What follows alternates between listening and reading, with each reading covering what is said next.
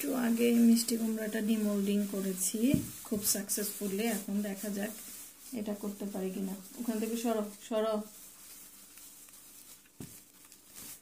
এখন এই তো চারিদিকটা ছাড়িয়ে নিয়েছি। এটা একটা স্টার ফিশ, এটার মধ্যে ভাবছি একটু কালার করে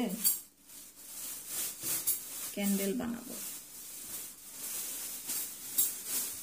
চারিদিক দিয়ে আমি এটা ছাড়িয়ে নিচ্ছি ফার্স্টে।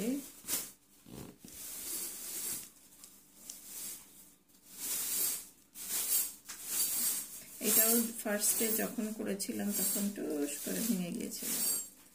এখন এটা 4-5টা প্রথমে আগে ছাড়িয়ে নিতে হবে।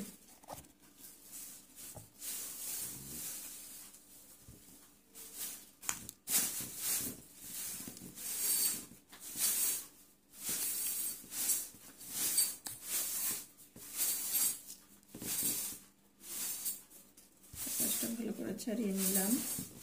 ছাড়িয়ে নেওয়ার পরে এখন হলো এই যে একটা মাথা ডিমোল্ড করলাম।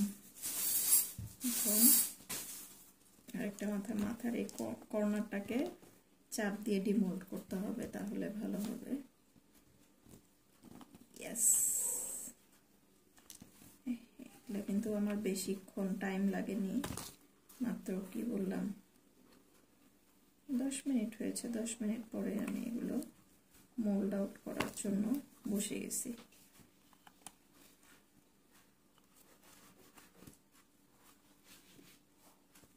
Yes, this is the final look. Yes, I did it. মাশাআল্লাহ, খুব সুন্দর।